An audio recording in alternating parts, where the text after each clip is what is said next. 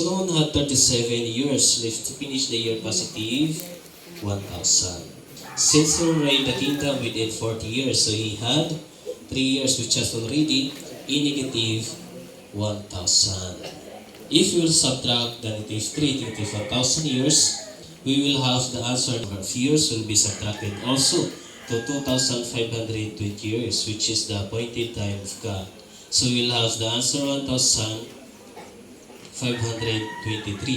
or 23 in short. So this was the time when God bestowed the kingdom to the nation which is became a Christian nation. So in this regard, God sent a person on March 16, 1521 in order to Christianize the Filipino people, for the kingdom of God should be given to the nation in which Christianity is abided. Now we cannot profoundly deny that the Philippines is the abode. It's the Christian people who are struggling for salvation, whether in group or individual. So we learn very well on April 14, 1521, 2 years before God gives the kingdom in the year 1523. So it is very clear to mention the kingdom of God, because the year 1523 is the repetition of the history of the real true kingdom of God during the last hour of King Solomon in 987.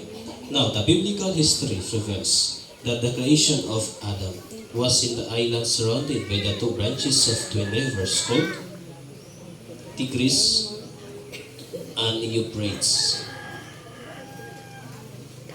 This is precisely called Mesopotamia. From the Greek language, Mesopo, which means an island surrounded by the two branches of twin rivers. So in the vivid narration, after the creation of Adam, God rested